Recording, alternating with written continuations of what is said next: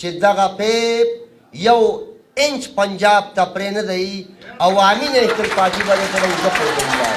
زه نن ډېر زیات خوشحاله یم چې په وزیرستان کې په بکخیلو کې احمدزو او عثمانزو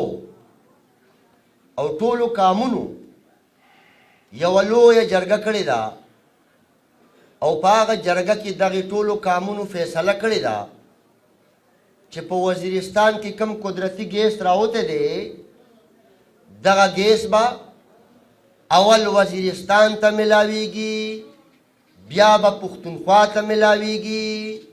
او چې زمونږ نه سیوا شي بیا به یې مونږ په نورو صوبو باندې خرڅوو نو زه د باچا خان مرکز د طرف نه د عوامي نیشنل پارټۍ د طرف نه د بکخیلو هغه ټولو پښتنو مشرانو ته جرګو ته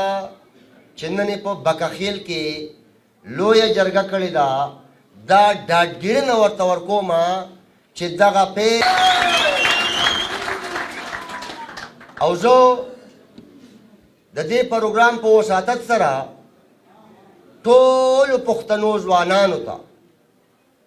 او ټولو پښتنو ته که هغه د دنیا په ګوټ ګوټ کې میشته دي پراته دي هغوی ټولو ته خواست کوم چې دا موږ به ناره واله یا دا موږ ناره وهو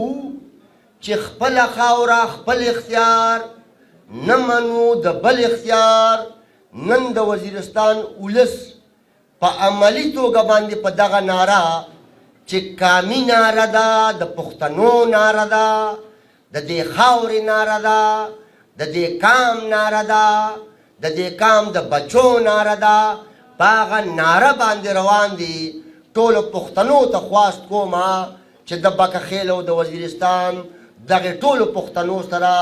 کلک ودرېږئ چې د خپلې خاورې خپل اختیار دا حق چې دی دا د یووالي په ذریعه باندې